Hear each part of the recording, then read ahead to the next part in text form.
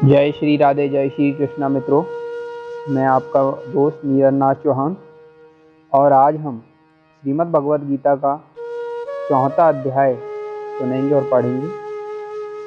उससे पहले हम मंत्रोच्चारण करेंगे।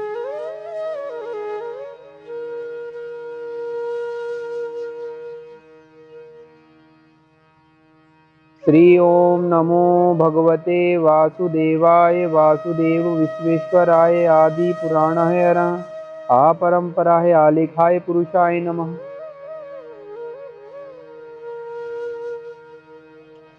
चौथा अध्याय। श्री कृष्ण बोले, इस अविनाशी कर्म योग को मैंने सूर्य से कहा, सूर्य ने मनु से कहा और मनु ने राजा इक्ष्वाकु से कहा। हे अर्जुन, इस परंपरा से प्राप्त यह योग सब राजर्षियों ने जाना, परंतु अधिक काल व्यतीत होने से यह लुप्त हो गया। वह प्राचीन योग आज तुमको मैंने बताया है, क्योंकि तुम मेरे मित्र और भक्त हो। यह योग रहस्य अति उत्तम है। अर्जुन बोले, आपका जन्म तो अभी हुआ है और सूर्य का जन्म बहुत पहले हुआ था। मैं किस प्रकार मानूं कि आपने सूर्य को यह बताया था। श्री कृष्ण बोले, हे अर्जुन, मेरे और तुम्हारे अनेक जन्म हो चुके हैं। मुझे वह याद है, तुम भूल गए हो। मैं जन्म से रहित अविनाशी संपूर्ण प्राणियों का स्वामी अपनी प्रकृति में स्थिर हूँ, तथापि अपनी माया से जन्मता हूँ। हे भारत, जब जब धर्म की हानि होती है तब तब मैं ही जन्म लेता हूँ। मैं साधुओं की रक्षा, पापियों का विनाश और धर्म की स्थापना करने के लिए प्रत्येक युग में जन्मता हूँ। जो मेरे इस अलौकिक जन्म और कर्म का तत्व जानता है, वह मृत्यु होने पर फिर जन्म नहीं लेता और मुझ में लीन हो जाता है। इस भांति मोह, माया, मोह, भय और क्रोध को त्याग कर मुझ में भक्ति करके और मेरी शरणागति हो बहुत से मनुष्य ज्ञान रूपी तप से पवित्र होकर मुझ में मिल गए। जो जिस भाव से मेरा पूजन करता है, उसको मैं उसी प्रकार फल देता हूँ। हे पार्थ, मनुष्य सब प्रकार से मेरे मार्ग का अनुसरण करते हैं, अर्थात वह चाहे किसी की सेवा करे, वह मेरी ही सेवा है। मनुष्य लोक में कर्म सिद्धि की इच्छा करने वाले लोग देवताओं का पूजन करते हैं, क्योंकि इस लोक में कर्म सिद्धि शीघ्र होती है। मैंने चारों वर्णों की सृष्टि अपने अपने गुण और कर्मों से की है। सृष्टि का कर्ता मैं ही हूँ, तथापि मुझे अकर्ता अविनाशी जानो। कर्म मुझको बद्ध नहीं कर सकते तथा कर्म फल में मेरी कामना नहीं है। इस प्रकार जो मुझको पहचानता है, वह कर्मों के बंधन में नहीं पड़ता। इसी प्रकार समझकर प्राचीन मुमुक्षुओं ने भी कर्म किए हैं, अतएव पूर्व पुरुषों के पहले ही किए हुए कर्म को तू भी कर। हे अर्जुन, कर्म क्या है, अकर्म क्या है, इसके विचार में विद्यमान की बुद्धि भी चकरा जाती है। उसी कर्म का वर्णन मैं तुझसे करूंगा, जिसके जानने से संसार के बंधन छूटकर मोक्ष के भागी हो जाओगे। कर्म, विकर्म और अकर्म तीनों का जानना आवश्यक है, क्योंकि कर्म की गति गंभीर है।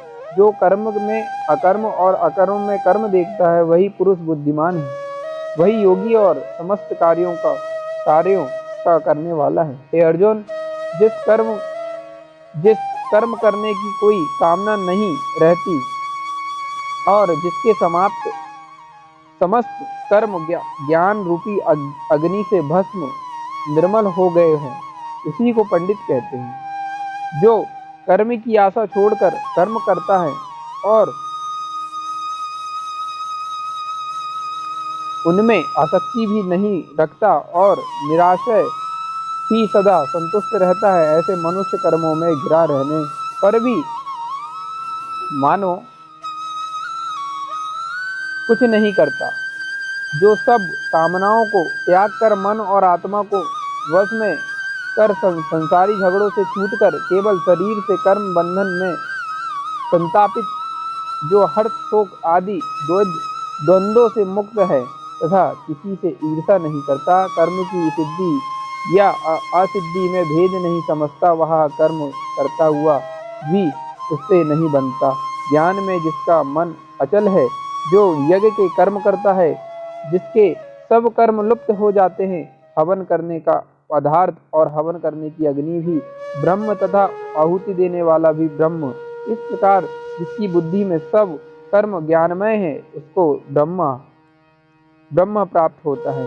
कोई कर्मयोगी देवता की पूजा करते हैं और कोई ज्ञान योगी ब्रह्म रूप अग्नि में यज्ञ रूप से हवन कर परमात्मा का भजन करते हैं। कोई ऐसे हैं कि जो अपनी इंद्रियों को तथा कर्मों को आत्म संयम रूप से अग्नि में होम देते हैं, और कितने ही इंद्रिय रूप अग्नि में इंद्रियों के रूप शब्दादि विषयों को होम देते हैं। कितने लोग इंद्रियों के सब कार्यों को और प्राणों के कर्मों को आत्मज्ञान से प्रज्वलित संयम रूप अग्नि में होम देते हैं। कोई जो द्रव्य यज्ञ करते हैं, कोई तप यज्ञ और कोई योग यज्ञ, कोई प्राणायाम और कोई ज्ञान रूप यज्ञ करते हैं, और कोई प्राणायाम के तत्पर रहने वाले योगी प्रण और अपान वायु में प्राण को रोकते हैं और प्राणवायु से अपान वायु का लय करते हैं। कोई आहार को संयम में रख के निरंतर कर्म करके प्राण को होमते हैं, वे सब यज्ञ वेता हैं और यज्ञ ही से इनके सब पाप नाश हो जाते हैं। जो यज्ञ से बचे हुए अमृत रूपी ज्ञान का पान करते हैं, वे सनातन ब्रह्म को प्राप्त होते हैं। हे अर्जुन, जो यज्ञ नहीं करते उनको यह लोक परलोक दोनों ही सुखदायक नहीं है। इस प्रकार के बहुत से यज्ञ वेद में सविस्तार वर्णित है। इन सबको कर्म से उत्पन्न हुए जानो। इनको जानने से तुम मोक्ष को प्राप्त होगे। हे